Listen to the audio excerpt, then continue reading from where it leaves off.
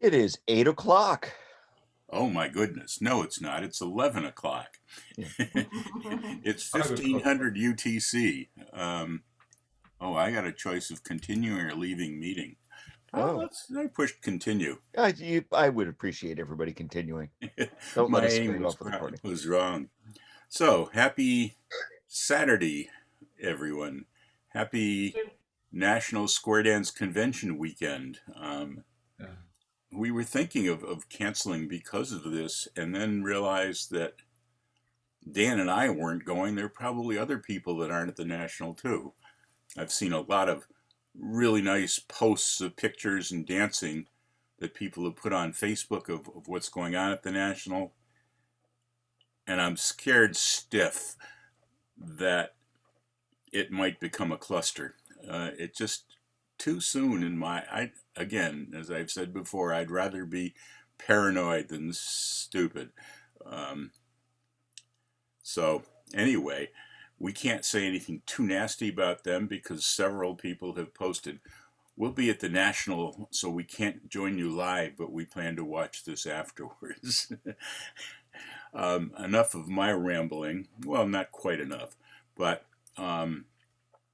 so we have a guest speaker again today. I'm relieved to say that I don't have to talk, although I'm going to talk a slight bit. Dan, can I share my screen? Maybe I can. I don't know.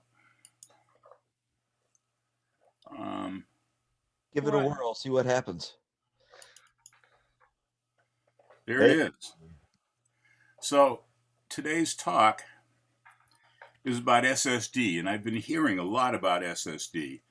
And what comes to mind when I hear SSD is a solid state drive. There's a certain nerd in me. And I realize that's not what is going to be spoken about. So I tried to think, it was silent special delivery. Um, the bed and breakfast we have is, or had up until a few years ago, was called Summer Suite. And I was thinking put Summer Suite breakfast, but I put Summer Suite dining for SSD. Could it be a smiling sunny day? Or in all probability, it's our Saturday seminar day. Anyway, so much for my having fun. To find out what really is SSD relative to what we all care about, we have somebody that knows a lot about it, has talked about it, has experienced it, and from what I've gotten feedback from other groups that he's spoken to, has talked about it really nicely. This gentleman has been calling for around 16 years. He is not at the National Square Dance Convention, but he's on the 2024 National Committee. Was it publicity, Barry, that you were? We actually were business chairman, but we have since backed away from that position, unfortunately. Okay. Good. It'll make my next introduction shorter. Member of Collar Lab, member of the Collar Lab Board of Governors, currently living in Illinois, but thinking of sliding north a little bit. But currently, all the way from the southern state of Florida, where he is visiting his brand new granddaughter. It was a daughter, right? Yes. Great. Let's have a hand for Barry Johnson. Barry, tell us what SSD really means. Young Ada is, she turned a week old yesterday, so we've been playing with the baby all week. We'll go over after this presentation. Our daughter lived about 5 minutes away, so we're really enjoying the chance to spend some time with them. So let's see, share screen. We do want to talk about the other one other SSD, the social square dancing. As Don said, I've been calling about 17 years. By the way, I know that some of you on the call here have seen variations of this presentation before. It'll be much the same as what you've seen before, so don't be surprised. But come on. There we go. One of the recent changes with respect to the Social Square Dance program, last April, Color Labs members were asked to, gee, I need to fix this text here. Oops. Color Labs members approved a resolution officially adopting SSD as an alternate entry-level dance program. So it has now moved out of the experimental phase and into the official phase just within the last few weeks, or the last couple months here. So social square dancing, just a name that we picked because it sounded okay. Social square dancing is an approach that's aimed at growth in club membership over a medium term, not something that's instant or a magic bullet. We'll talk about that, but it's a process by which clubs can dramatically increase their membership over a few years. It's really focused on reducing the barriers for new dancers to start and to finish their lessons and the like. It's aimed at letting people enjoy the dance within the spirit of the dance within 90 days of starting. And most of all, it's a way to let us harness the fresh enthusiasm of new dancers right away, just after, as soon as they're done. By a process, what we really mean is teach, like, about, depending on how you measure the calls, about 50 calls in 12 weeks. Let them dance, and then do it again, over and over again. Teach, dance, teach, dance. A little bit of history on it. This is kind of my observed history. I don't know if it's really true, but this is what I've seen. I doubt that anyone on the call knows Robin Reagan of Ottumwa, Iowa, Radar O'Reilly's hometown. Several years ago, Robin was asked to teach a new group in the town of Fairfield, Iowa. He chose not to worry about the list. We'll just teach for a while, and then hold some dances, and then we'll go teach for a while, and we'll hold some more dances, and behold, within just a few months, or within a year or so, he was building this really growing, vibrant dance community. Now, Fairfield, Iowa happens to be the hometown of Jerry Story, his childhood hometown. He'd been away from town for decades, doing dance programs in Texas and North Carolina and traveling around the world and so on. He went back to his hometown several years ago to spend more time with supporting his family, his in-laws, mother-in-law, his mother. Found this dance community that was there in his hometown, and realized that this was the kind of thing he's been trying to find for a long time. How to build new dance communities from scratch in a sustainable way.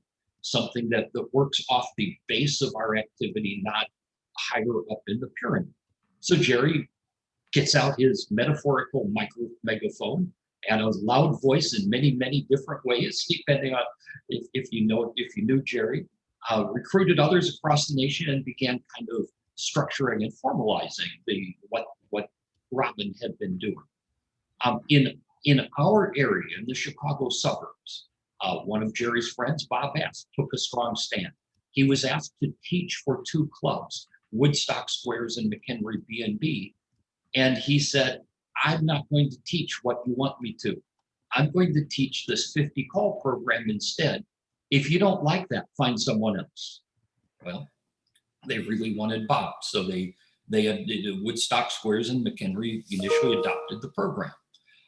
Then another group in the area who had dancers that were concerned about the declining activity, concerned about the long-term survival of their club, decided to sort of really take matters in their own hands. And the club, some of the younger membership of the club took over as club leaders.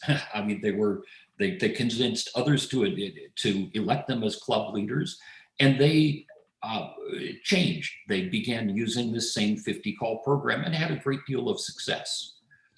They spun off another club based off of that success, who had another repeated set of success, the North Shore Squares. My club, Arlington Squares, joined in after that, and then others in our areas have committed to it as well.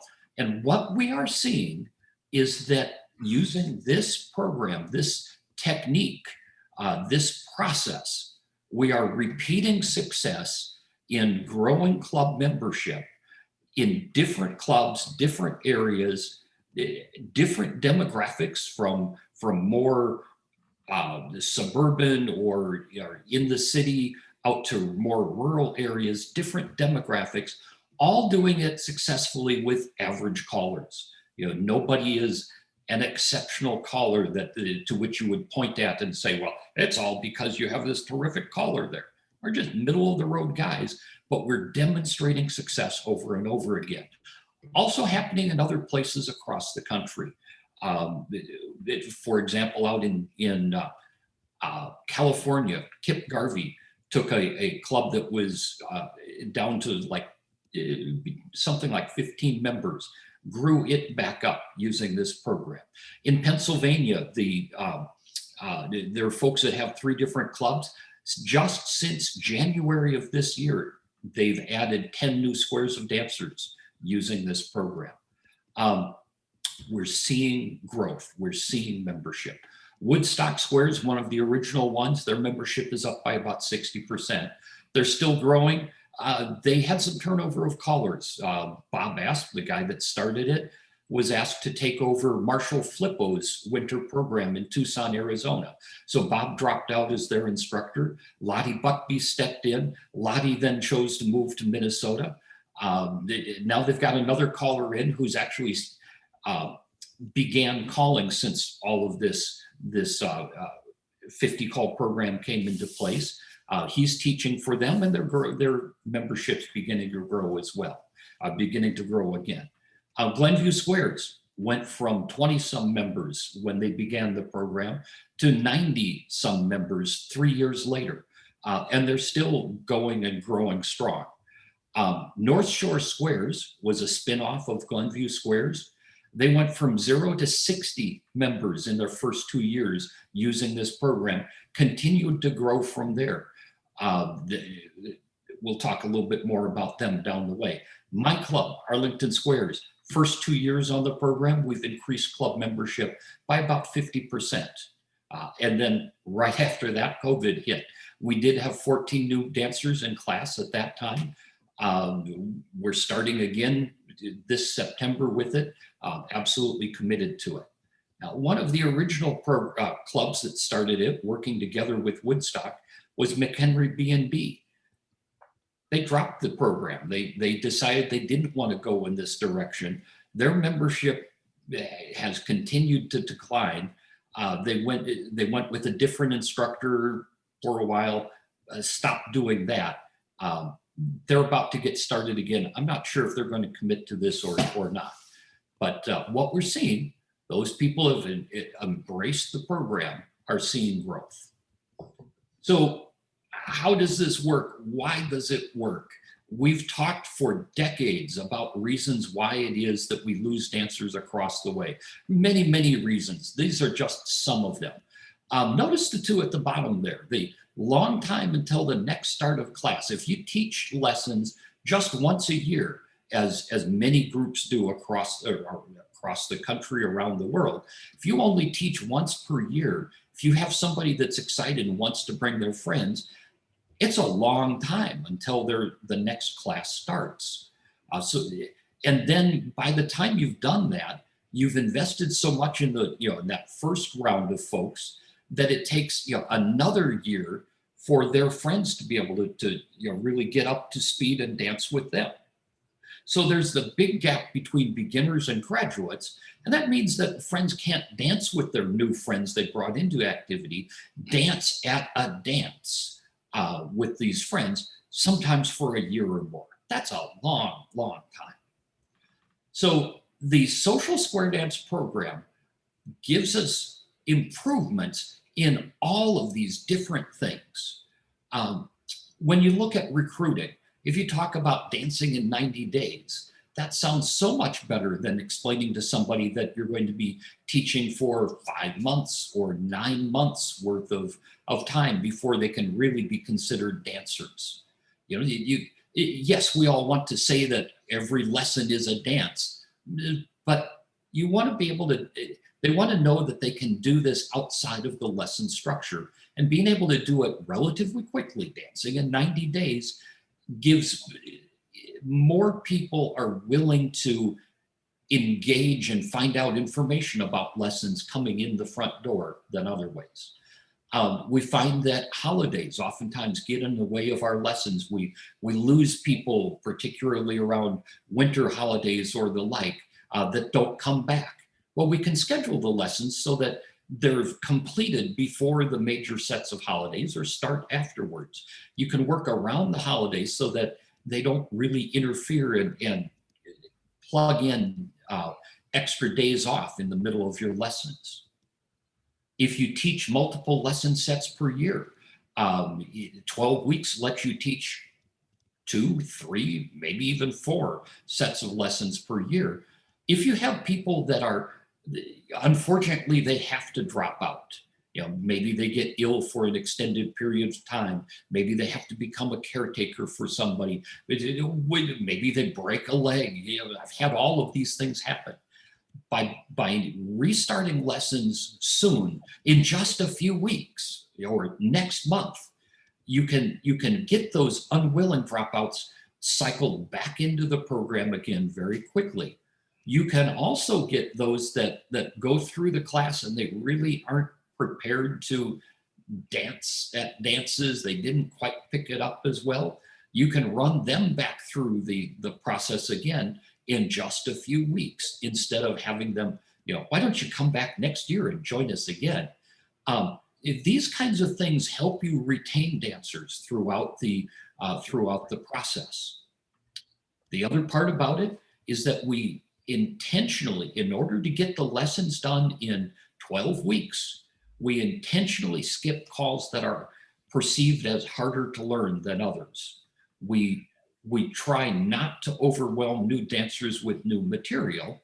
You know, granted, we know we can teach these things, of course we can, but we can make it easier for folks to hit their goal, to hit their graduation, as it were, without being overwhelmed and without suffering the crises in self-confidence that come when their brain has to reorganize the material that they've been learning. We can talk more about that if you want. Finally, the important piece about this, important piece about it is that the regular recurring club dancers need to be aimed at a level that new graduates can join right away without feeling that they're overwhelmed. We need to be able to cycle them in right away. And this means that clubs sort of need to change their perception of what they do, of who they are. That's a difficult thing we'll talk about. But when you put all this stuff together, all these different factors add up. You're generally going to get larger classes. You're going to get higher percentage of people that are staying all the way through the lesson cycle, and you get a better transition into club membership, letting those dancers stay with their club, you know, not just join the club and then drop out right away, but actually become longtime members of the club that stay with it. When you do more frequent classes, more than once a year, you can quickly pick up those people that need to start over for whatever the reason. And then best of all, as the most successful recruiting tool that anybody has found involves friends bringing friends. Enthusiastic graduates are the best recruiting tool that anybody's found for bringing folks.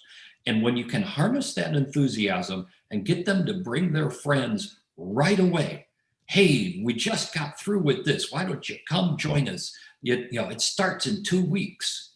The recruiting really, really helps.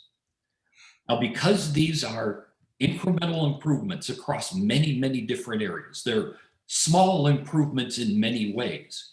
The very first class that you do with the SSD program probably looks an awful lot like the last class you did before the SSD program. It's not much different, most likely. But if you do a second class that same year, well, that second class is probably as big as your first class. And right there, you've doubled the number of folks going through the pipeline. Now you've got two sets of recent graduates that are recruiting for your third group. Your third class is generally going to be larger in size, typically, than some of your first two. And by the time you get to the fourth one, now you're really starting to see the exponential growth starting to show up. You know, the first one, first two probably look a lot like what you've done. Third and fourth and fifth and sixth. That's where we see the growth. So it's not something that provides instant results. It's not something that changes trajectory right away on day one. But like any sort of, well, like the theory of advertising, you have to keep doing it over and over and over again before it becomes really effective. That's what we're seeing with this as well. When you commit to it for an extended period of time, the growth begins ramping up. Now, the success with SSD, the reasons for the growth are not because of the list of calls that we've chosen. If you're focused on the list, you're missing the point. It's the shorter lesson cycle repeated multiple times per year that is the reason for the growth and the improvement. The shorter lessons repeated multiple times per year. And that shorter lesson cycle is what drives the list of calls that we use, not the other way around. Do we have small improvements, reducing losses in many different areas? And if you keep at it, it works best. So a lot of callers look at the SSD list and they wonder why we've chosen the specific calls that we have. Why did we keep this call and drop that call off the list or whatever? Well, it started with a list called the Club 50 list being done in the Rio Grande Valley, where they had, like 10 years ago, they would have 10,000 square dancers show up for a winter season. And they would hold lessons for folks that wanted to learn. And they would run literally 1,000 dancers through lessons in a winter season. 1,000 new dancers. Wow. In one set of class being taught by multiple callers. They'd proven that they could do 12 weeks worth of lessons with this list and have success with it. So that was sort of the fundamental beginning of the list. The list that we've got is, depending on how you measure calls, it's about the same size as the current basic list. But we've dropped generally those calls that involve a 3/4 arm turn. And we've dropped those calls that involve dancers moving forward to a vacant position that isn't quite like a circulate. For example, in walk and dodge, you have people, it's almost a split circulate except for the ones that stay facing the same direction. And so that little difference, it keeps, we don't want people flipping over on that, so we just don't do walk and dodge. We don't do spin the top. We generally don't teach cast off 3/4 with arm turns. All these things we know as callers that we can teach. We know as callers that we can do these and be successful. We've been doing them for years. That doesn't mean the calls are hard or difficult or different. But if you're looking to trim calls down and make it a shorter program, these are calls that we were able to leave off while still having popular, easy to dance, easy to learn things going on. We also, in addition to the current basic list, the dropping off a few things, we do add on a few calls from the mainstream list. Some of those are good choreographic tools. Others are popular and still pretty easy to teach. So we'll talk about the exact list a little bit later. The focus in SSD and social square dancing is on easy and fun. The focus is not on technical completeness. Think about any other sport or hobby that involves lessons or coaching. Does anybody else anywhere attempt to teach the full complexity of the activity to brand new beginners? Of course not. Nobody else does. Yet our policy, our stated goal in teaching, at least at the official level, is to teach every call from many positions and multiple arrangements so that everybody can do this. To believe that we can do that to raw beginners is simply hubris. It's pride in our excessive pride in our approach. Let's not do that. Let's leave off some of the nuances for our brand new beginners and let them pick that up in continuing education that happens later. As callers, we know that we can produce good dancers. We know this. But we don't have to produce the very best dancers from our initial graduating class. We just need people that can go through easy, fun dances and enjoy it, entertain.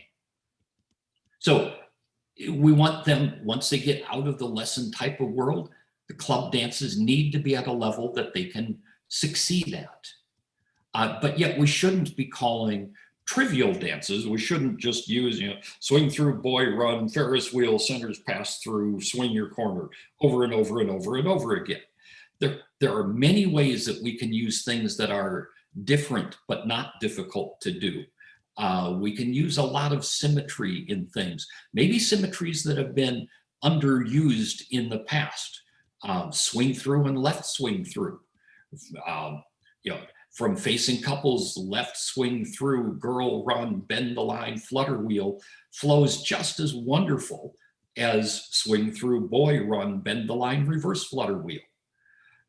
You get a slightly different ending result, but that different symmetry that's in there lets dancers go through these kinds of choreographic routines, making it feel different while still capturing much of the essence, the gestalt of the flow of the sequence. Now, it's perfectly okay to workshop something used only at a particular dance. Just don't expect people to know it coming in the door, and don't expect them to remember it when they leave. I had an SSD dance some time ago where just for fun we workshop the C2 level call named Shazam, which is just a hinge and a U-turn back. So okay, swing from a sort of zero box formation, swing through, boy run, Shazam, ow, man left. They enjoyed learning something new just for that dance, but they didn't remember it when they left. After they left, they didn't know it when they came in. That's perfectly fine. Nothing wrong with that. One of the things we've seen is that because the focus is on flowing, smooth choreography as opposed to complexity, we find that the dances in our area, the SSD dances, are typically going to be higher energy, faster moving, wind in the face flow type things that actually leave dancers having a good time. They enjoy it, they come back, and it increases the enthusiasm and increases our recruiting techniques. Daryl Clendenin has talked many, many times about how dancers need to entertain, not just use choreographic complexity. And so that entertainment is a key part of the success in the social square dance program. Now, one of the things that is a challenge with this program is we strongly, I'm leaning towards using the word insist, that the social square dance program be the primary dance program for those clubs that are offering beginning levels. If you if the club wants to offer some higher level thing as their primary dance level, then SSD really isn't the program that they're using. They're just using it perhaps as the beginning part of their lessons, but they're forcing dancers to go beyond that. We found that the clubs that are seeing the most growth are those that embrace SSD as their primary dance level, that change the culture of change their self-perception of who they are as a club in order to see the best success. That's a difficult thing. We'll talk more about that. That's a difficult change for some groups to make. Difficult in the sense of it's emotionally difficult. Now SSD doesn't have to be the final destination for every dancer, but for some dancers, we say it probably will be that dancer's chosen, selected destination, at least for a period of time. Those that are interested in learning more, that are interested in moving up, will offer continuing education and teach different dance levels for them. But we're not going to push it on every dancer. We're not going to make them feel like they have to do more in order to belong to this community, in order to join it and have fun. So as callers, if we talk about changing, can we put on a fun dance without using spin the top, without using elementars or walk and dodge? Hopefully that answer is yes. As callers, hopefully we say we can put on a fun dance like this. We can be entertaining without needing to use choreographic complexity to achieve it. And finally, as callers, we are different than dancers. Our brains work different. The things that we enjoy are different than dancers. If they weren't, we probably wouldn't be callers. And so we sometimes see choreographic treats that we really, really enjoy and we want to share. For this program, we might have to give up some of those choreographic treats, but in exchange, we want to get larger dances. Let's have dances with 10, 12, 15 squares. Let's have dances with 20, 30, 40 squares in dance halls, 50, 100, whatever. Are we willing to give up those choreographic treats as callers in exchange for having larger dances? Now, it's hard for clubs to accept. A lot of club dance leaders really are not interested in talking about a lower dance level. They have a lot of perceived fears or obstacles and a lot of fears about what this kind of change can be. My club perceived itself as a plus club that had been dancing since 1948. Well, we know that there wasn't plus or mainstream before the mid-70s, but since then, since those levels came out, that was their self-identity. We changed. They fear that the dances will be boring. They fear that their members will quit and go join other clubs. They fear that other dancers from other clubs won't come to visit these dances. And they talk about, oh, we couldn't take our new dancers to other clubs if they're not dancing the same level. Oh my gosh, all these reasons are reasons why it can't possibly work. Well, it can work. It does work. It has worked over and over again. But we have to get past these fears and obstacles. One of my favorites is I had a club that said, oh, we couldn't possibly do 2 sets of lessons in a year. Our angels are all old and we couldn't do that anymore. That would be too much work. I looked at the guy and said, well, your challenge is that you need new angels, right? He said, yes, we need new angels. Well, how are you going to get them? You have to get new members. Do this, you'll get the new members, then you've got your new angels and it works. Don't let that fear of the future stand in the way of making the change. So what we see are that the clubs that are most concerned about the declining membership, the ones that are willing to risk some sort of change in order to fix the problem, they're usually the ones that are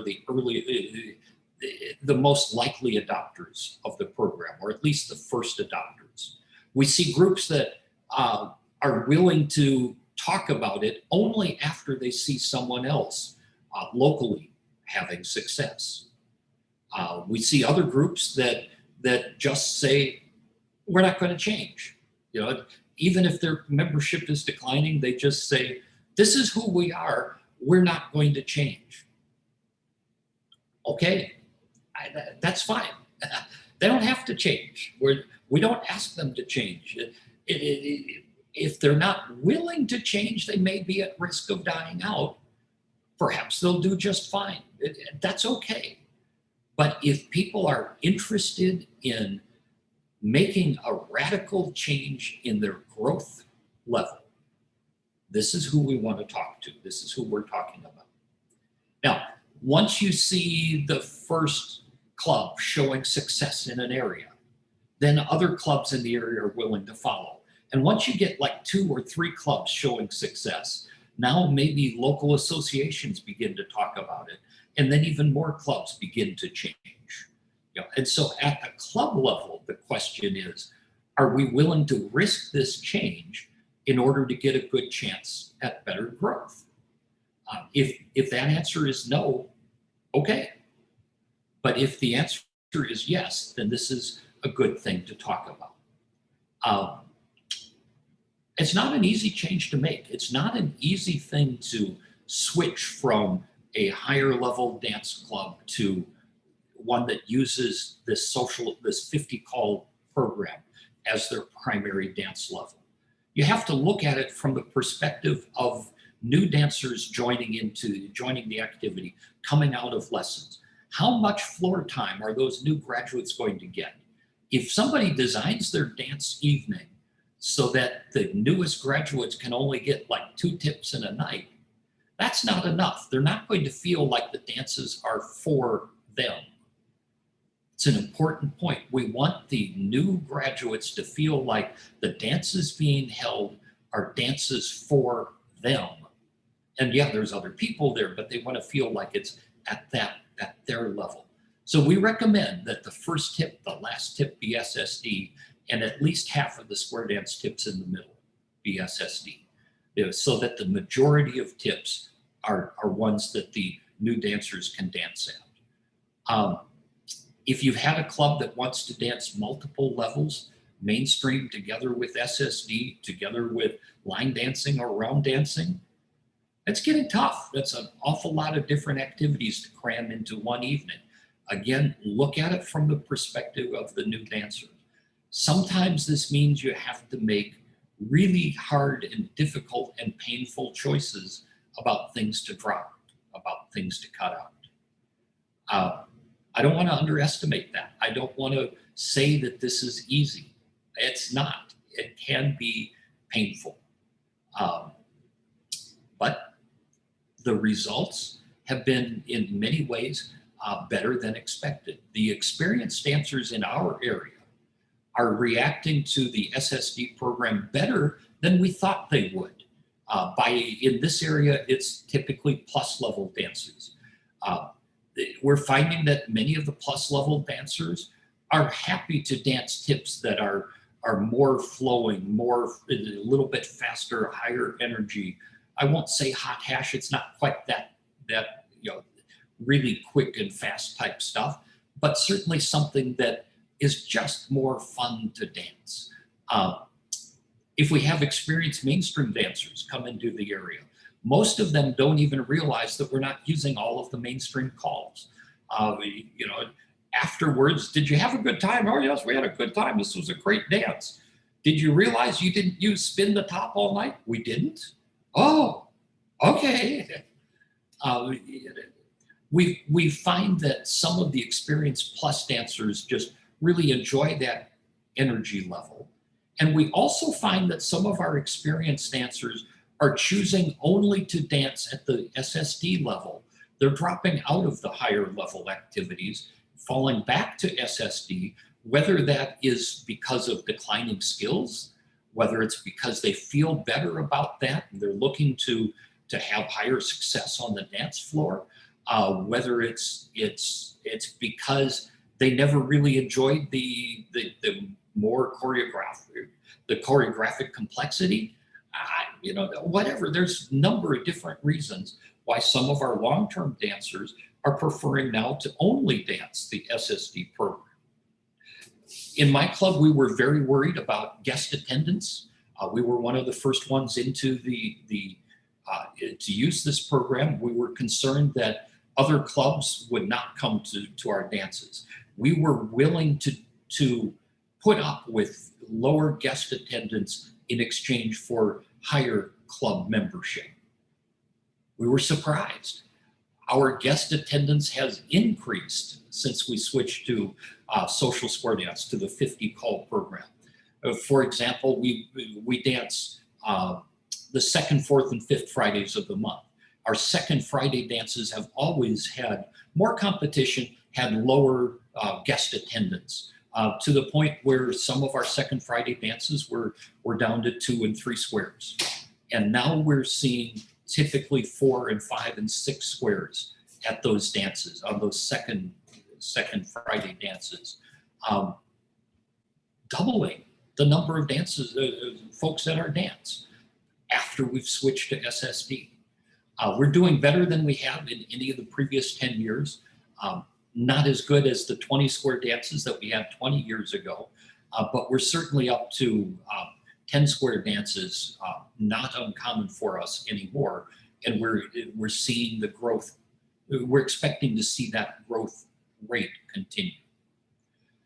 Now, talking about the clubs in our area that have made the change, Glenview Squares was one of the first clubs to really embrace this as their primary dance level.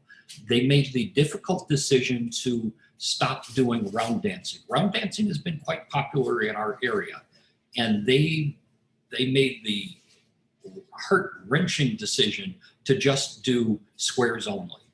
They alternate SSD and plus tips. Very short breaks. The caller gets a chance to get a drink of water, catch their breath, pick out their next song, and it's pretty much time to go again. You don't get a restroom break for quite a while when you call it that club. It just go.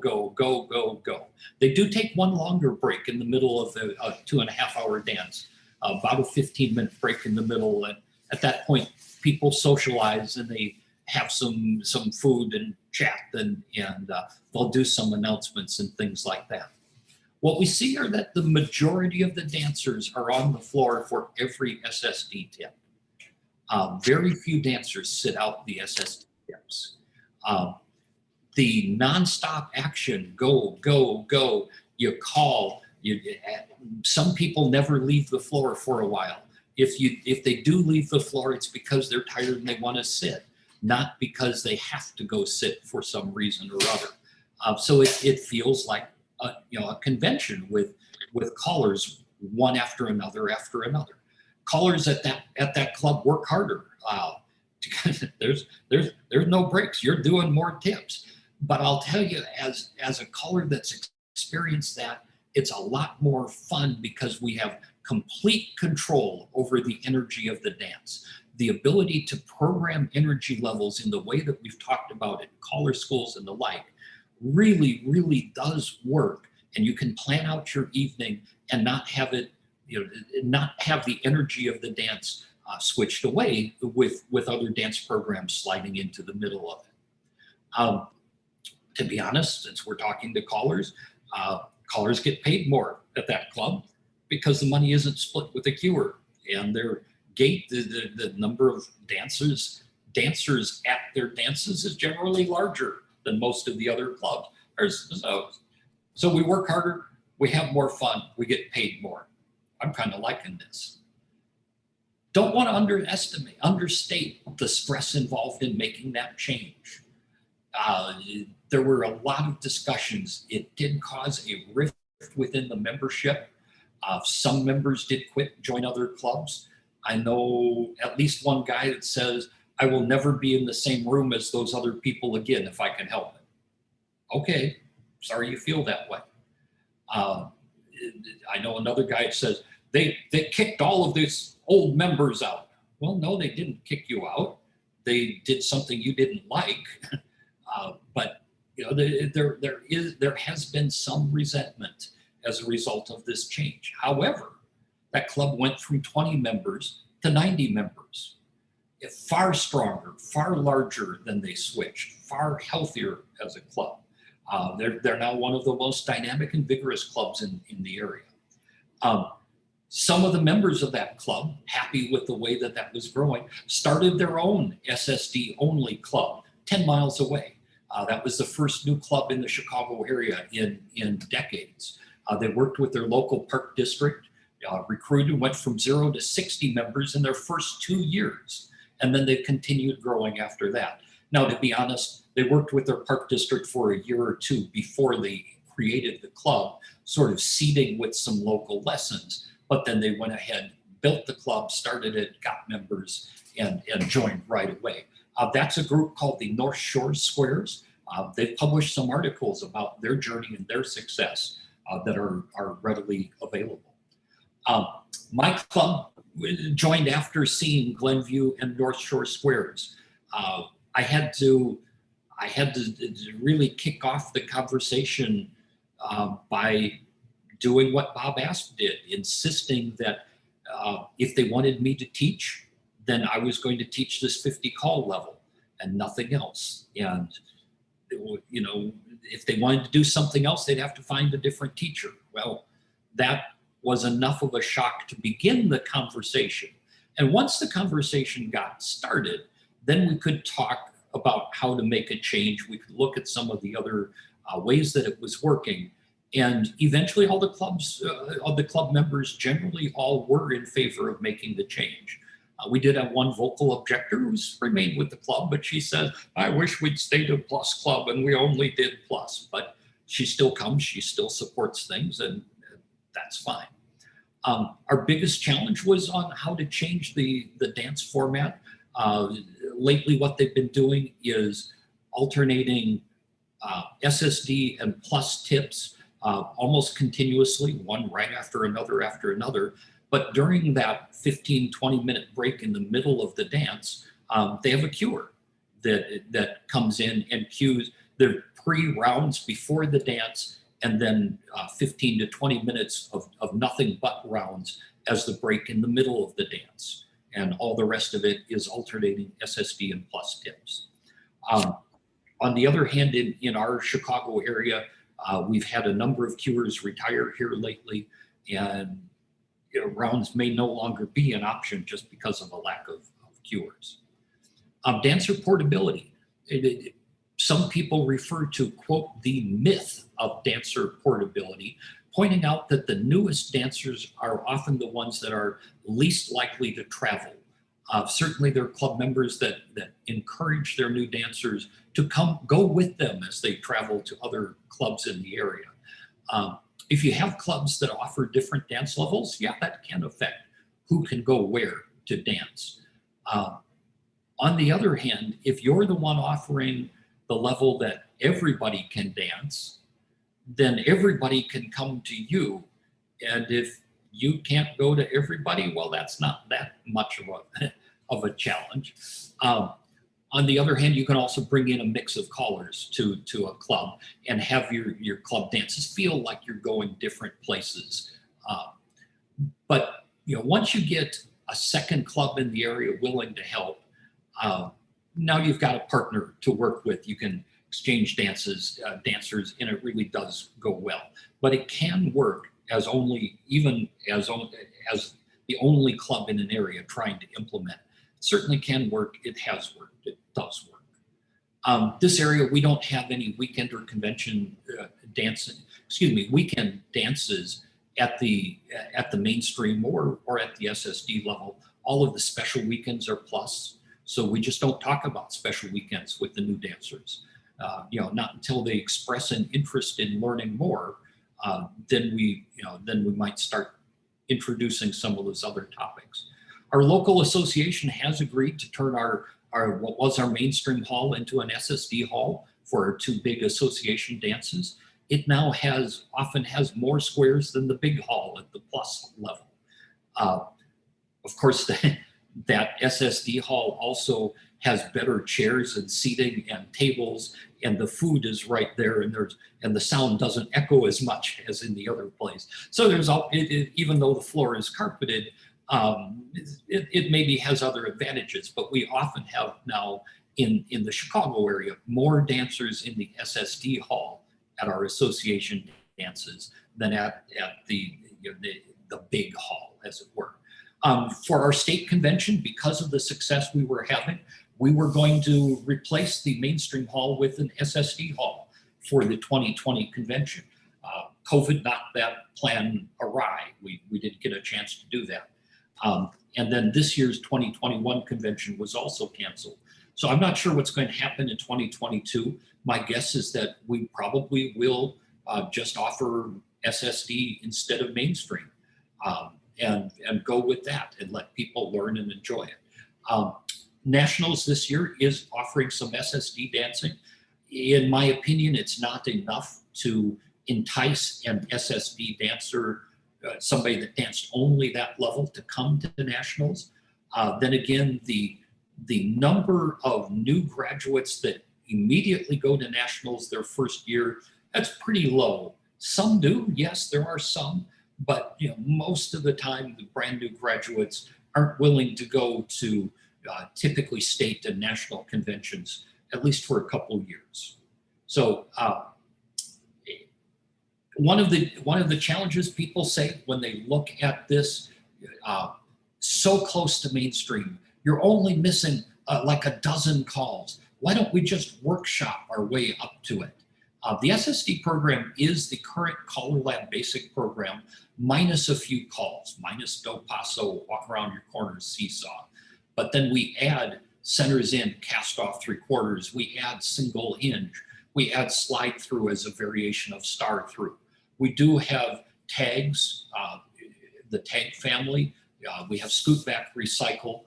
And then to support recycle, we have the fold family. Although if I had my way, I'd do it without a fold, but that's on the list. So it seems fairly close to mainstream, but let's look at it from the perspective of a new dancer. If you add on the order of a dozen calls to 50 calls, well, that's 24% more calls by count. But the calls that we leave off, Alamandars, Shoot the Stars, Spin the Top, Dixie Style, these are often the callers that people think of as being harder to learn, that dancers think of as harder to learn. When you factor in the increase in difficulty of the calls, mainstream is now looking like more like 50 or 60% more difficult than all of SSD together. But then we know that to get down to a 12-week lesson cycle, we want to focus on, quote, standard applications, mostly on standard arrangements, where full mainstream we still think should be many formations, many arrangements. So if you factor in the extra arrangements and formations for all of the calls, scoot back from a quarter tag, scoot back from a left quarter tag, the half sashayed versions of things. When you factor in all the extra formations and arrangements in full mainstream, in my opinion, that makes the jump from the SSD level to full mainstream is actually about the same size as going from 0 to SSD. Now that's echoed a little bit if you look at the recommended teaching time. Full mainstream, we say we should take 58 hours to teach that. And we're saying SSD is like 24 hours. So there's roughly double there. And I've come to believe that that's likely to be true. So, it's the restrictions on formations and arrangements that lets us do the SSD list in 24 hours of class time. If you want to move somebody up to full mainstream, that's fine. But in my opinion, it needs to be a continuing education course taken only by those dancers that choose to go beyond SSD. But that when we do teach full mainstream, it ought to be full mainstream and all of the positions, all of the formations, all of the arrangements. So even though it's just 12 more calls, The step from SSD to mainstream is a large increase in complexity from the beginner's point of view. So there's still, I think, quite a bit of room and difference between SSD and mainstream. Now we can use variety in what we do. We can use easy symmetry. We can add some gimmicks and quirks. An example of a little bit different but not difficult. We do lead right and lead left typically from static squares. Well, it's easy enough to show folks how to do lead right and lead left from, say, facing lines. And so you can add that in as a bit and do something that's easy to extend, add some variety to your teaching without changing fundamentally what the call is like or anything. Once you go beyond the sort of standard applications or a little bit of variety in there, you can move on to extended applications as a continuing education workshops or whatever. Think DVD type stuff. Teach all the calls from on the SSD list from all the formations and arrangements as extended applications. Provides an outstanding foundation for the dancers that then choose to go on when they're ready to mainstream or plus or to higher levels over time. Here in this area, we do offer SSD to plus classes, but they take 16 to 20 weeks to teach. It's a long time to get somebody from SSD to plus, longer than mainstream to plus, because we teach all the extra stuff. So wrapping this up, we're getting, I've been going a little bit longer than we usually like to do here. SSD isn't just a list of calls, it's a method of growth. Fundamentally, it's shorter classes offered more often and focus on the joy of the dance. We know it's hard to get clubs to do it. Clubs are often resistant, but those that choose to make the change have generally shown large growth. Doubling and tripling membership over a few years is something we see that we commonly see.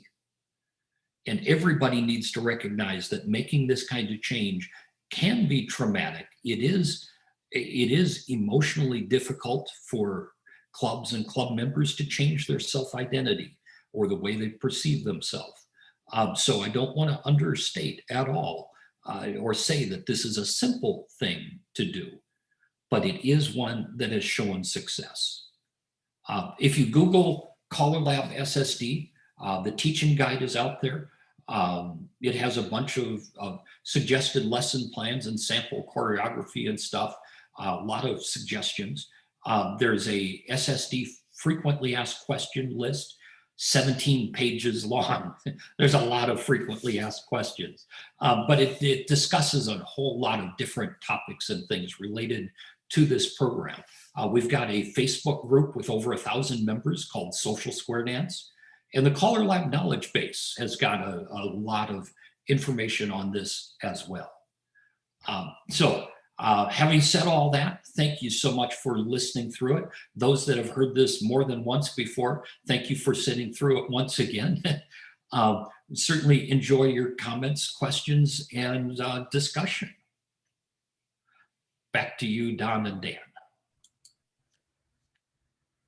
Thank you, Barry. This is not the first time I've heard your spiel, and I'm always impressed by it. And I'm trying very hard to not teach the extra calls with my Thursday night group because I want to keep that kind of vibrancy going.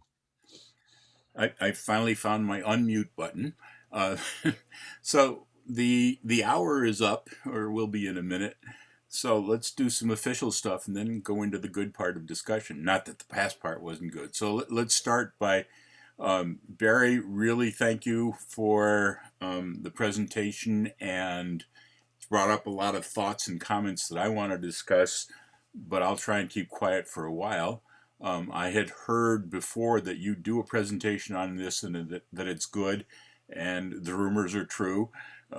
It was very well presented, and I think a good sales pitch for the concept that just may save square dancing.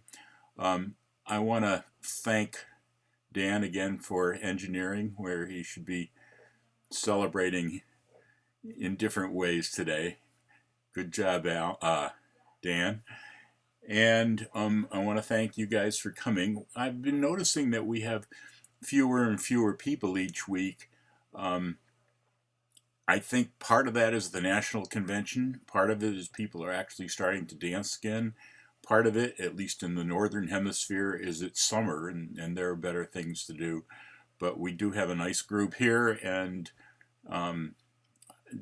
we have also a lot, and I think Dan has a better feel for how many people actually go back and not go back, but go to look at the videos afterwards. So there's a lot of people gaining from here. So you guys that watch the video eventually, thank you for building those numbers. A little bit of, what's the word? I forgot what Mel Wilkerson uses, the paperwork to catch up on things. But next week is a 3-day holiday in the United States, the 4th of July weekend. So we will not be having a session, but I've got speakers lined up for the following 2 weeks. So join us again as usual. So next week, if you're not in the US and don't want to celebrate the holiday, go back and watch one of the previous videos.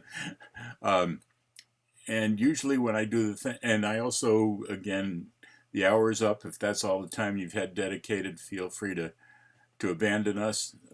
No, that was passive aggressive sound.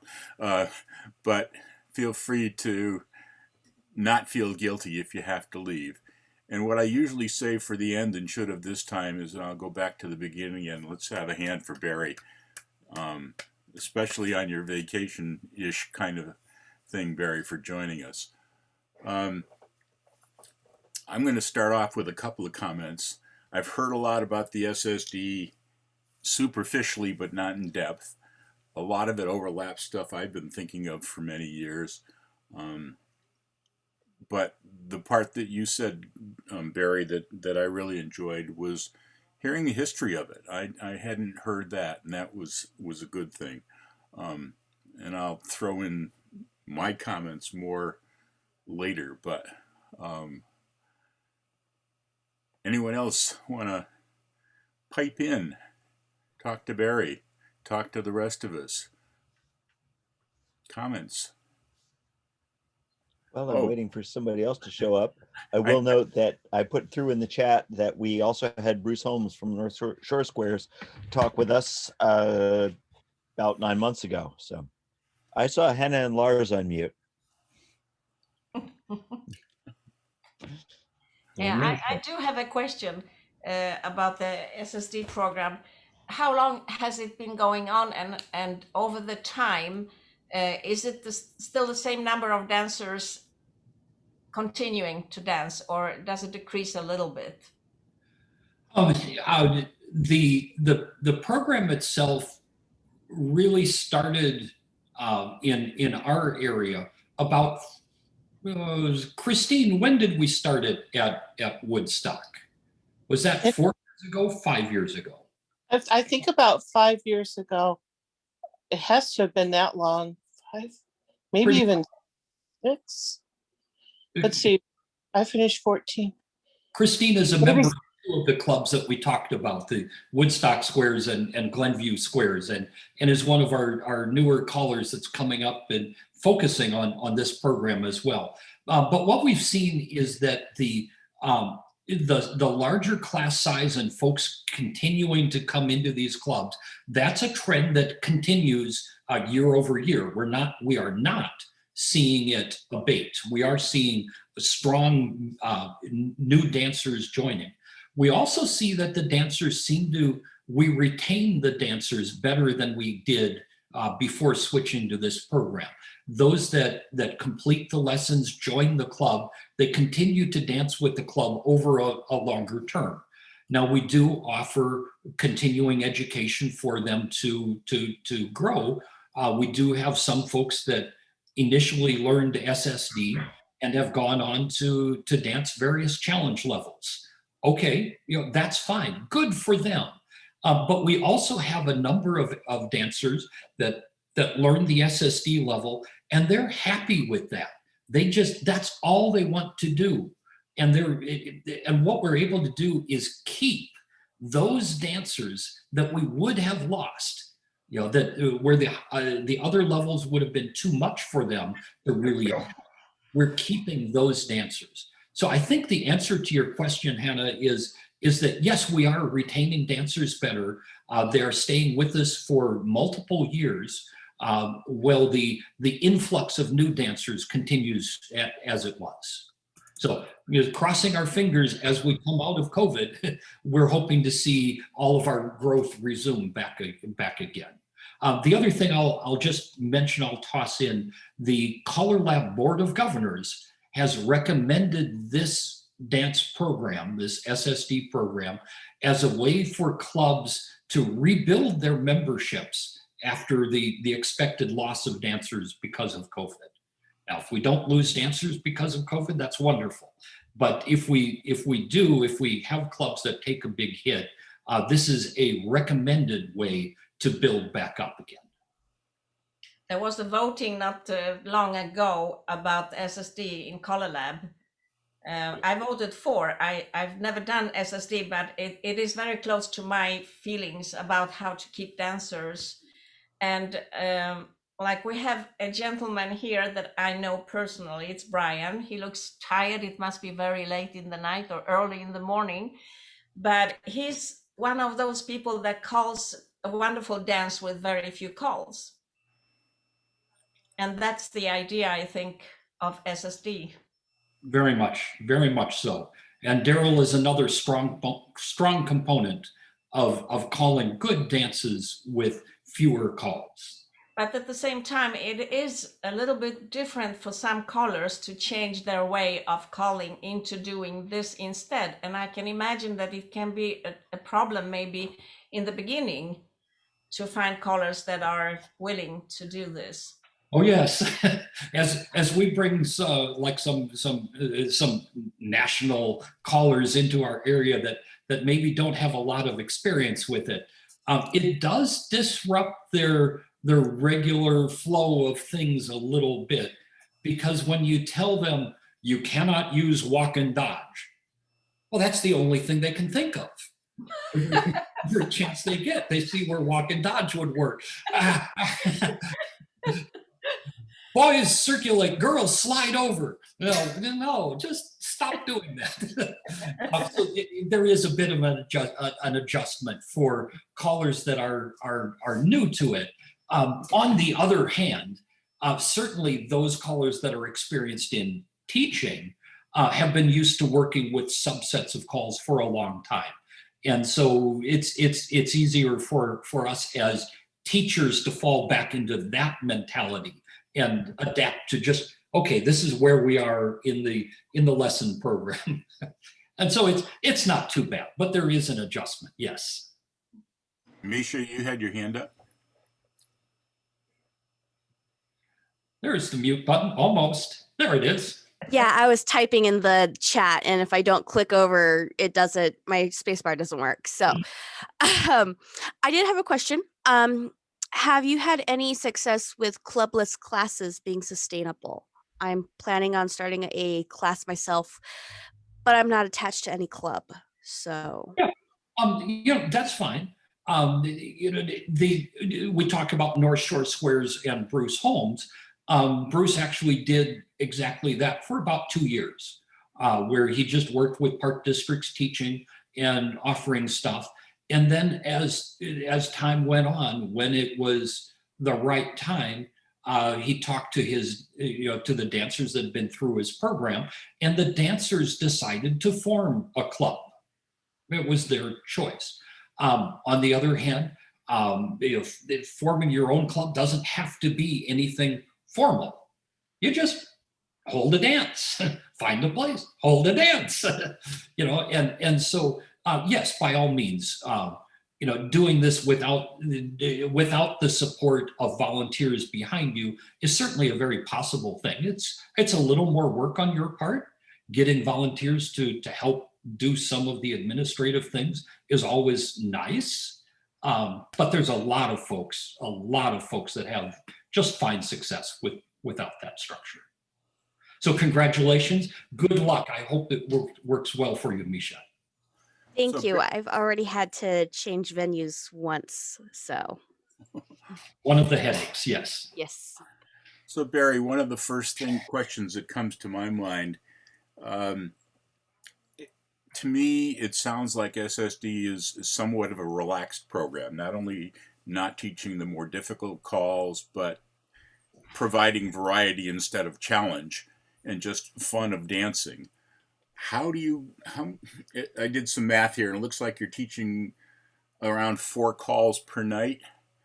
On the average, it's actually a lot more calls on the first couple nights and fewer calls later. Yes. Well, yeah, I said 50 calls, 12 weeks, 10 calls the first week leaves at 40 calls in 11 weeks, and that's 3.6 calls a night.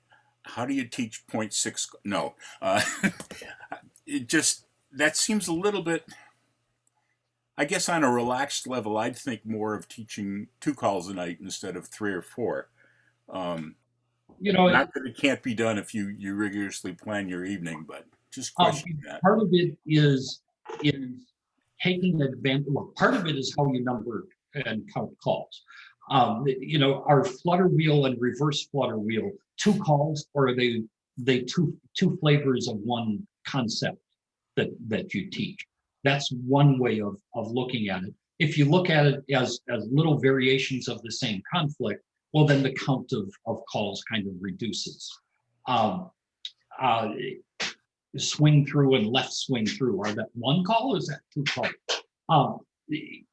By the way, we would do swing through always with the ends beginning and then the centers, not a left swing through from a right hand wave, but left swing through from a left hand wave. Absolutely, we'd consider that a standard typical application. The lesson guide shows. Oh, thank you, dear. Anita ordered lunch for me. How nice of her.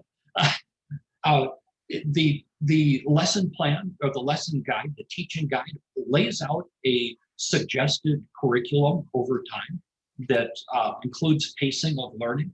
It suggests more calls early on. It suggests some natural breaks where, like, don't teach any calls the 3rd night. Okay, just practice what you've done. And then it follows in there. I follow that teaching guide fairly closely. To be honest, I don't use circle to align as often as perhaps I could or should. And so circle to align frequently falls a little bit later in my personal teaching than where it is in that program. But we've generally had success in going through. Now, to be honest, I do plan typically 13 weeks for the 12 weeks worth of lessons. Part of that in the Northern Hemisphere,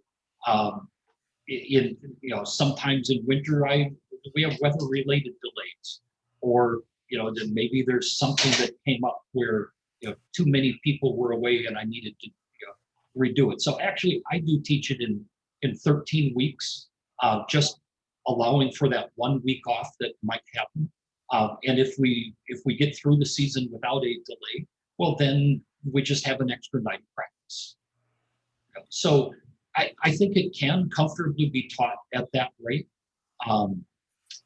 The key is not focusing quite as much on repeated drill, but in some ways you show them routines and you lead them through routines that have body flow that makes it so it's almost painful to not do the call correctly, and that can help. So a little bit is what you choose to is the teaching style that you use, and relaxed might be the word for it. Even though it might be up tempo, it's perhaps not as formal as other ones. Daryl, go for it.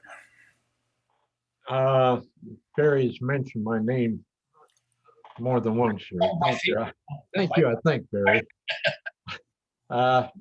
Yeah, there are things that I really, really like and approve of and appreciate about the SSD. There are things that I'm not all that hot about.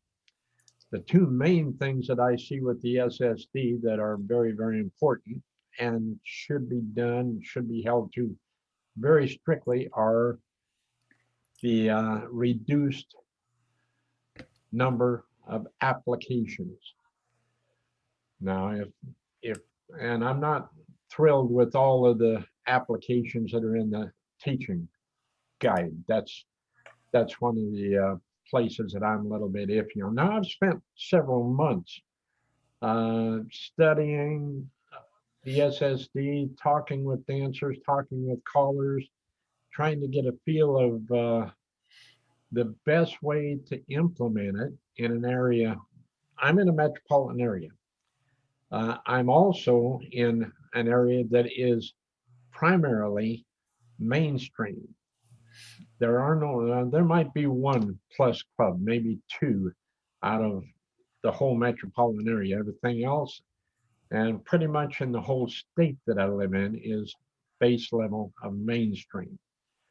I can see in areas that are strictly plus, they have no mainstream, that this would be a godsend to them because they can start the classes and be able to get it established. But the idea that SSD, at least as far as a program list, and Barry said don't get hung up on the list, but the dancers do, there's very little difference in them. So it becomes that if you're going to have it, it's going to become that next step in the so-called escalator of climbs. I said there's two things. One, limit the applications in the movement. The second is multiple classes. And I think both of those things are absolutely necessary and will probably save the activity. Now, how you're going to implement those in your particular area is iffy. If you're out in a suburban area or out in the country someplace where you don't have a lot of other competition for dancers, yeah, I can see that happening quite easily. I can see it happening quite easily in an area that's strictly plus, where it's mainstream, maybe not quite so easy. Now, with all that said, can I say a little bit more? He did bring up the idea that 12 weeks came from the resort parks. I didn't call down in the Rio Grande Valley. I did spend 16 years calling and teaching in the Mesa Apache Junction area of Arizona. And the reason for the 12 weeks is that's how long we had to teach the new dancers there. And in our area in Arizona, those of us that were trying that, we called it survival square dancing. We tried to limit the applications to what we felt that the new dancers were going to run into at least 90% of the time when they went back up to Bismarck, North Dakota, or someplace else to plant in the fields and get their stuff ready to harvest and everything. So if we did a spin the top, you can guess that it was a swing through, spin the top, automatically followed by a right and left through.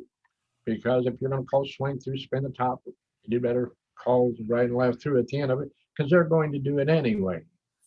So those are the things that we considered standard application.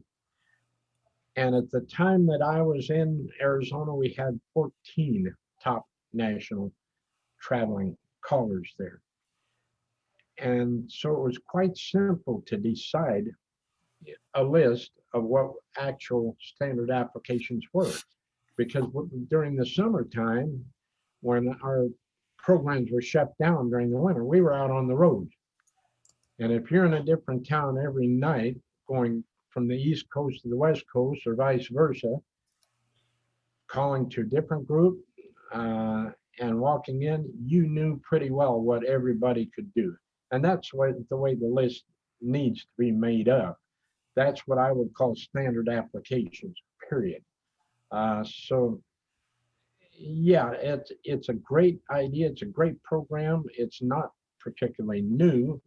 But there's some areas of concern depending on the area that you're working in right now. Now, the last thing I'd like to say is I've got up in front of mainstream club dancers and tried to stick to the SSD concept. It ain't easy. It ain't easy. It would be much, much easier for a new caller because they don't have that huge store of combinations and everything up there. It's that loaded gun effect. Why have a loaded gun if you ain't going to shoot it, right? So that's going to be the most difficult thing is the person that picks up the microphone actually sticking to the program and, like you say, entertaining with it. Learn all of those little nuances that separate the little guys from the big guys. They've already learned how to present a singing call in a particular way. They've already learned how to jab the dancers here. Their good programming is just so important to everything that we do. And programming is something far larger than the list of the movements that you're using. And there's just so much to what we do. I like these video sessions because you're getting some of the best callers in the business, the best caller trainers in the business to share what they know. With that, I'll shut up. I've talked way too long now. Not too long, Daryl, not at all. And I'm going to put in a few 2 cents worth now, too.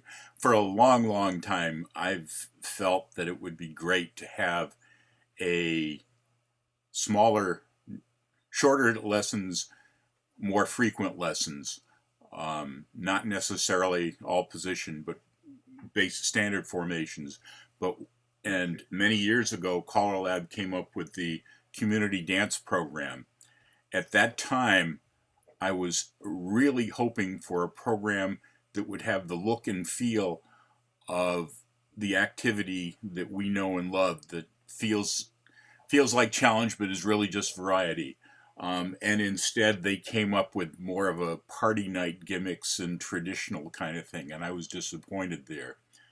I had the opportunity in the Boston area, or the New England area, which was pretty heavily strong plus clubs, many of them. Somebody called me that used to dance and wanted to start a group in an isolated area, relatively isolated. There were no clubs within 30 miles or so. And I talked them into, let's do a 10-week teach, and we'll do something that has the look and feel of modern Western square dancing, but has a reduced number of things. And I came up with a good list, and we taught a group of it. It hadn't evolved to what Barry said, is getting enough people to resell it, to bring more in. So we only did one session. But I was, at that time, the club caller for the Tech Squares at MIT, which has a reputation for being a high-level plus club with many advanced and challenge callers, dancers there, and callers. That's an understatement. Well, I have the reputation in my mind because I started the club and called for them for many years after I had to leave for a while. But I'm gathering that there seems to be a reputation around the world for them. Anyway, I made a point of 1 tip a night of calling just from that 10-week lesson thing that I did. And no one ever complained or knew that I wasn't calling Tech Squares level. I happened to leave out spin chain through. I happened to leave out, nobody seemed to complain. And I did that for 10 weeks just about. I took that full 10-week list and made 1 tip strictly calling from that. And nobody complained because it had the look and feel of what we know and love. I was fortunate enough to be able to do that in a new area, so we didn't have a whole bunch of mainstream or plus call dancers saying, well, wait till you go on and do this. As far as keeping them entertained, keeping a group like that entertained, Barry, you talked about bringing in a C2 call or a call that they didn't know. And I always refer to those as disposable experimentals. You use it that night. You tell them the most important thing to remember about it is to forget it the second they walk out the door. Yep. It's a different thing to entertain them. But the main 2 points that you made is one, well, I don't know how many points. It builds slowly. It takes that initial inertia to get going. You're using the enthusiasm of the new people. You're not making them wait till next September to start a class. And if you have people that dance some of the existing programs show up, they're just going to be entertained. They're not going to complain that you didn't call Relay the Deucey. And that's important stuff. But one of the things that you have going for you in the Chicago area that I've never had the opportunity of having several clubs doing the same thing, so people can travel and enjoy the camaraderie of other people in bigger dances. And that's something. It didn't start that way, but it's growing into that over time. I think one of the things as your dances grow, you were talking about mainstream and plus dancers coming and enjoying it. I think there's a lot more fun of being on a 10 square floor than there is on being a 1 square or 2 square floor. And so I think what they miss in not being able to dance Load the Boat is the fact that there's a whole crowd having fun there. And that's what we're all after. And one last comment while I'm here. It's unrelated to the others because that's basically what I would say. But quite a while ago, the ACA, American Callers Association, came up with a list of 50 calls, I think. And I was always upset with that list because it was pretty hypocritical. It wasn't 50, they assumed dancers could circle left, so they didn't count that as a call. So it was really about 150 calls. It was a lot of calls, but they just didn't name them. Here's the swing through family. And it really wasn't one call. It was 2 or 3 or 4. But when you're talking about a 50 call list, I'm sure you're calling more accurately 50 calls. Anyway. What were you going to say, Barry? There are a couple of, there is a little bit of creative numbering in the 50. A couple of families, like the Tag family. Well, okay. I see Stephanie just dropped off. That's a shame. I was going to ask Christine for any perspective she had on this too.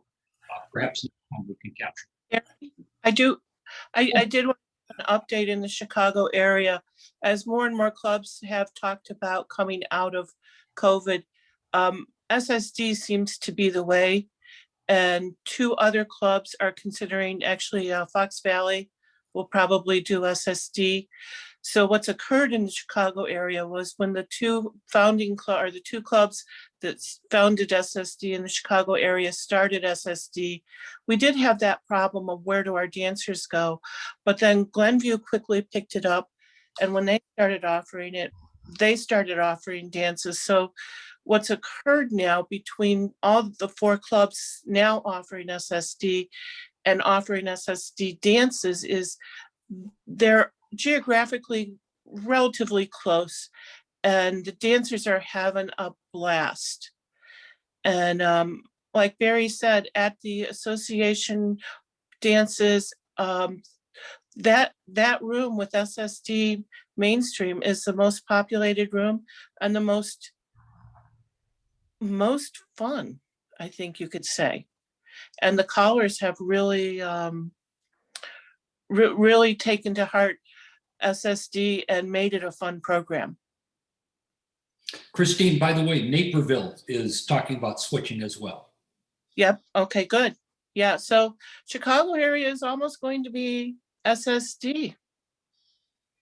Now, one of my concerns, and I was definitely planning to do this before Barry's talk, and I still haven't gotten it, is reading. I did print off the SSD list, and I would have disagreed with a few things. I like thars and think they're easy to teach, and that's a personal thing. But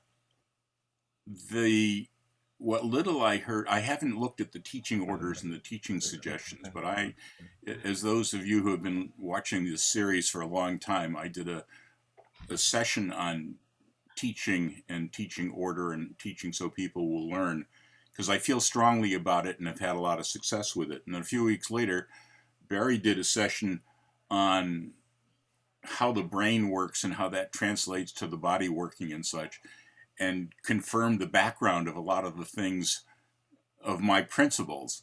And one of the things, Barry, that I saw quickly is somebody was talking about teaching flutter wheel and sweep a quarter together. And that's strongly against my teaching principles.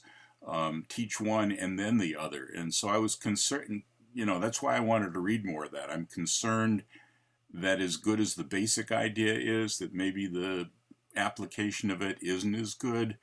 Again, I should read more and get that kind of thing. But, I see no need to teach left swing through. I see no need to teach swing through starts in the middle. Keep it plain old vanilla, but give a lot of variety despite that. Anyway, any thoughts on the teaching orders? I think teaching orders are very much it's sort of a personal thing, because so much of it depends on how the callers, the instructor's mental model of the calls fit together, and how they choose to explain them, and the building blocks that they use to go forward. I do pretty much use the teaching order that's there. Actually, I do teach sweep a quarter the same night as flutter wheel. I'll go through flutter wheel, and I'll go through reverse flutter wheel, and pretty soon we're calling along, and then I'll just say sweep a quarter, and they do, or sweep a quarter more, and they do, and then we'll practice with it and without the sweep and so on. But I think that one's a pretty easy. It's a very much easy extension, because of the body flow makes it so you pretty much just have to do the call right. So I don't think that particular one is too disruptive. But in general, I found the teaching order to work pretty good. Like I said, I don't teach circle to a line quite when they say they do. I don't teach the separate around one, around two type things at the point that they do in that list, but that's pretty much the only diversions I make. I hold those off till a bit later, because I'd rather get some stuff in earlier. A personal case of the sweep a quarter after a flutter wheel kind of thing. Many years ago, one of the local callers, very popular, asked me to fill in for one of his classes because he had to go somewhere, and I had to travel all of 6 or 7 miles to get there. It seemed like a good thing to do. And I asked, what did you teach last? He said, I'll tell you all the calls that they knew. And I said, what did you teach last week? Because I wanted to review it and reteach it. And he said, well, one of the things he said was, I taught flutter wheel and sweep a quarter. They go together well, so I taught them together. And so in reviewing, I proceeded to just teach flutter wheel and not sweep a quarter. And one of the dancers came up and said, oh, that's where it ends. Right. Combining, and again, the very basic teaching principles that one of them in my talks that I do on it, don't teach things that are similar the same night. Separate them by several weeks if possible. Either similar names or similar actions or similar sequences. Because, for instance, I wouldn't teach reverse flutter and flutter the same night.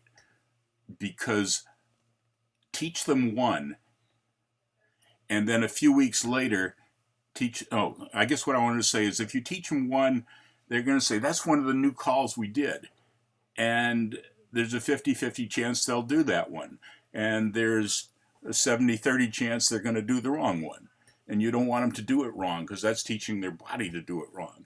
So if you teach it several weeks later, they're going to say, oh, that's that's either my old friend and I can just do it, or it's the new one and I can concentrate on the new thing. But flutter wheel and reverse flutter, they're too similar. One's going to start, it basically does this, but who leads and who what and what have you. Separate them so they can learn one at a time. That kind of theory. Anyway, I preach too much. Any other comments? Oh, what a quiet group. I just wanted to kind of address something that Daryl said, and I think that Barry has been saying strongly. And that is the issue of the existing dancers and the existing clubs. And I love the activity. I got pulled into it. I actually have the largest club in the IAGSDC within 25 miles of me, and it's the one that I learned to dance with. But square dancing as it exists is not a large enough market to worry about. Go out and find an absolutely new group and build an absolutely new one from scratch, because there simply aren't enough dancers out there to make this a viable activity and worry about the existing dancers. And Misha was, commenting earlier about starting from scratch. I have had a couple of natural disasters that have knocked my Thursday night group out, including COVID. But, we were casually up to 3 squares there, and then the fires and everything else knocked us out. But yeah, don't worry about the existing dancers. They aren't enough of a market to care. Very true. Unfortunately. Daryl, go ahead. Yeah, that's easy to say. Go start your own group. Now, it's been over 50 years ago that I started my own group. But I can tell you it wasn't easy back then. And I know it's not easy now. Probably a whole lot harder now because of what everybody says is the competition for people's entertainment time. No, it isn't easy. And to kind of turn your back on what exists primarily in your area does not make a lot of sense to me. They say that SSD is meant to be a standalone program, ignore everything else. Well, you do that. Why would you worry so much about having other groups to go dance with? I think you're going to find that most of the new dancers are going to be happy to be with their square dance family and the person that taught them how to dance anyway. Yeah, I think you'll get some visitors coming in from the mainstream or the plus program, depending on what it is in your area. But that's one of the things that came up. We've been having weekly discussions on SSD for several months now. And we hear that one frequently as well. Where are they going to go dance? How are we going to say, let them know that they can go to this dance but can't go to that dance? I don't think it's that big a problem, that part of it. But I'll tell you what, starting new standalone programs, sure, sounds good. It's a whole lot harder than what you think it's going to be. Now, I'll applaud anybody that comes up with a nice, easy way to do that today. I don't think it's going to be there. Go ahead, Howard. Going along with what Daryl said, back when we had large crowds, we had banner stealing and one thing and another. People were traveling. In our area here, we've only got 4 or 5 clubs, and it's about an hour, hour and a half, depending on where you live within that framework. They're not traveling. A lot of them dance nowhere except their own club, and a few travel to all the clubs. So you've got a dynamic in the fact that the travel is not what it used to be at all. And there are a lot of people dancing at one club only, their own. So that part doesn't really bother me with this situation. Barry, I just had a thought to help new areas or existing areas promote SSD. As I mentioned, that I used to call my 10 lesson thing for one tip at a Tech Squares dance. I wonder if local areas could, callers that wanted to convince their club to do it could pick up that call, 1 or 2 tips a night being strictly SSD, and then bring it up to the club officers later saying, were you aware that this tip and this tip were things you've been voting against, or just as a sneak it in to get them started. You certainly could. I don't think it reduces their fears. I mean, because there's a lot of I want to dance what I enjoy dancing that goes on. When we have volunteer organizations like the clubs, those that rise to the leadership positions are usually going to be those with the opinions that they're the ones most likely to express their opinions. They're the ones that typically rise to the leadership. And it's not unusual for them to believe that most people are like themselves. And so what they like, they think most people like. That's common. And so there's a lot of I want to dance this that happens. It's common amongst callers also. Sure. Good. Barry, I interrupted Daryl. Let Barry finish talking, and I'll try to shut up again. I think I was mostly done, but just the perception that, or the projection that because I want to dance this level, everybody must want to dance this level. That's one of the things that gets in the way of the discussions. But Daryl, yeah. Okay. We meaning the callers and the dancers are a product. We are survivors of the programs the way they are. Yes. Now, the reason that the clubs don't interact as much as they did 25, 30, 40 years ago is because we've become so choreography oriented that we are too darn good at that part of it. The dancers are going to find the callers that give them what they want to dance at the particular complexity level that they want to dance, and they're going to stick with that caller. Why should I go over that guy? He doesn't call anywhere near the stuff I want to dance. But that's what's happened to the activity. That's why a program in concept like SSD is exactly what we need and what we've needed for a good many years. But we haven't been able to sell it to the people that we sold this other type of program to. It's not going to be easy. It's going to be a tough job, guys and gals. We're going to have to figure a way that we can at least get it started with some of the people that we have now, because starting new clubs, yeah, it's one thing. If you're 25, 30 years old and you're looking at long term in it. But me, I'm an 80-year-old gentleman, pretty much an old used up caller. But I've seen where we came from, and I see where this thing is heading and has been heading for decades. And I see a little bit of a glimmer of what we need to do. Like I say, implementation is going to be the hard part of this. I think we can do it. I think we can do it with a lot of the dancers that we have now.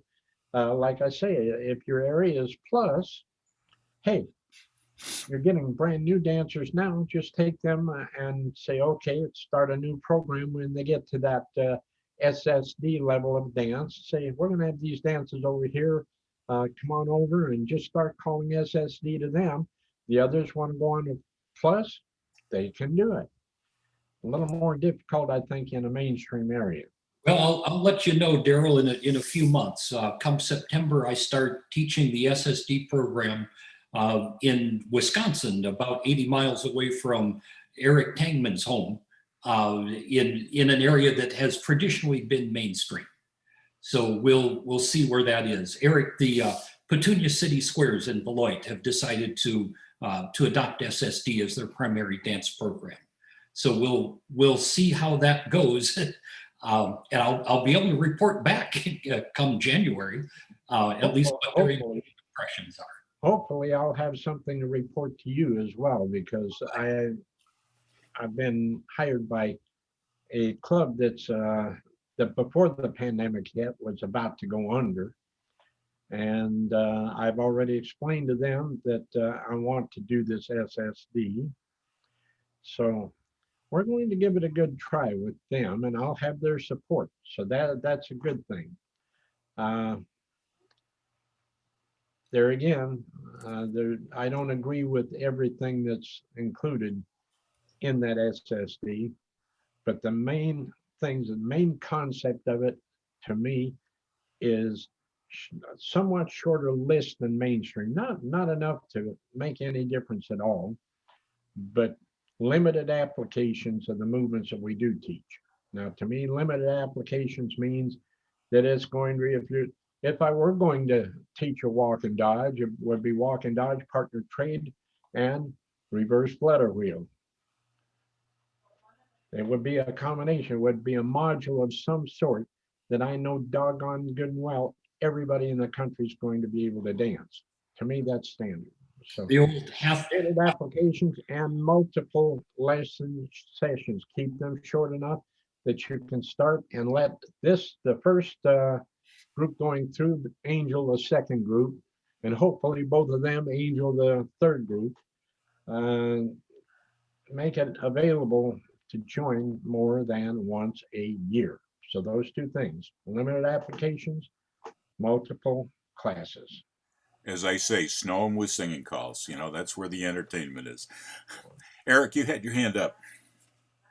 Yes, I was just going to comment that for approximately 2 years prior to the break for the pandemic, I and another caller here in Wisconsin that traveled throughout the state a lot called the SSD program every place where we were hired to call mainstream. With the possible, I can't speak for Dave where he was. This is Dave Schultz. But I would always call one tip where I would try to throw in everything that wasn't SSD that was on the mainstream list. So if anybody asked, I could say I'd done them. But anyway, I talked to people afterwards, or dancers would approach me and they'd talk about what a good time they had, and and everybody was dancing and everybody was moving and all that sort of thing. And talked to a few of the people and mentioned to them that I didn't call mainstream, I called SSD. And they said, well, what's that? We just had fun, So Barry, are you moving to Wisconsin? I'm moving to Minnesota, actually. Be about 50 miles south of Minneapolis, probably by the end of next year. And you're gonna call down the Madison area? Well, I'll be teaching in Beloit this year, this winter season, but then probably needing to find somebody after that. I had a similar experience in New Hampshire many decades ago in a predominantly plus area. A club hired me to do a mainstream dance. And about halfway through the dance, some dancer came up to me and says, "This is a great plus dance." And I said, "Actually, no, it's a mainstream." He said, "No, I can tell." And I said, "Have I called Relay the Doocy?" And he thought, and he said, "No." "Have I called Load the Boat?" And he thought and said, "No." It's not the calls you use, it's how you use them to entertain. And I actually took that as a compliment, even though it confused the heck out of him. Brian, how's things going on down under? Are people thinking of SSD in Australia, or what's the deal there? Thank you, Don. I've been very quiet because I don't use the SSD program. In fact, I've been learning quite a lot from this session because it's not something that I've dabbled with at all. You know, I love the basic program, and I call a lot of stuff in the basic program, and the main. Well, I call through to A2, but I really feel that the basic program is the one where you can have the most fun with the dancers. You can make things so interesting just with the basic program. You don't need to go into the higher levels. But I mean, with mainstream, there's so much to do, and I try and encourage the dancers to stay in the mainstream level for a couple of years before they dabble into the plus program, because I don't know what it's like with you, but I know when I'm calling plus and I see dancers breaking down, they're not breaking down on the plus calls, they're breaking down on the basic and mainstream calls. So, you know, there's just so much fun that you can have in the basic program. And something that you said a little earlier, Don, I had a similar experience where I called something and the dancers did something else. Whenever I'm calling to a new group, if I'm traveling, I always try and just call something that's a little different, but easy. So the dancers are going to go, oh, we got to listen to this guy because he might call something a bit different. And I called head square through and then touch a quarter, ladies run. And then all join hands circle to the left. And I looked down on the floor and most of the dancers were facing out. And I thought, how come they're facing out? And so I called it again and watched closely. And after I called touch a quarter, they did a walk and dodge. So I asked some of the dancers after, I said, how come you do a walk and dodge when I call girls run? And they said, oh, our caller always calls walk and dodge after touch a quarter. We thought you were going to do it too. So they're going to do it regardless. It's a bit like lead right. In some clubs, if you don't call circle to a line, then you're in trouble. But no, I haven't tried the SSD program, I must admit. And I'm not sure of anybody here in Australia that is using it. Probably there are some callers, but because we're so remote from the rest of the world, we just swim around in our own little pool, and everything's working fine for us. So that's the way we've just been going. Brian, that dance that you and I did in New Zealand, was that plus or mainstream? I don't remember. No, that was just mainstream, Okay. Don. No problem.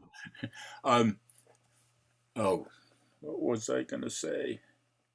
Somebody else talk while I try and get my mind back. I'd mentioned we're down here visiting our brand new grandbaby here. This is Ada Catherine. So she's the reason we're here today. She's so tiny. I noticed in the picture you posted yesterday. Or are you that big? So she's kind of tiny. She's about 2 weeks old now, and wow. Actually has gained a pound since birth weight. She was tinier. So beautiful. She doesn't have a beard yet, I notice.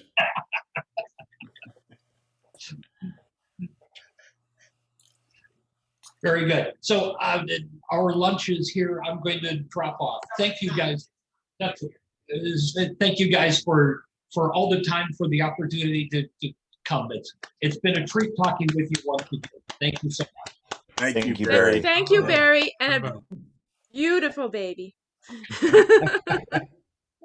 Hopefully we will all get on board with some of this and build our activity back up. It's as we all know, it's a fun activity. Otherwise we wouldn't be in it.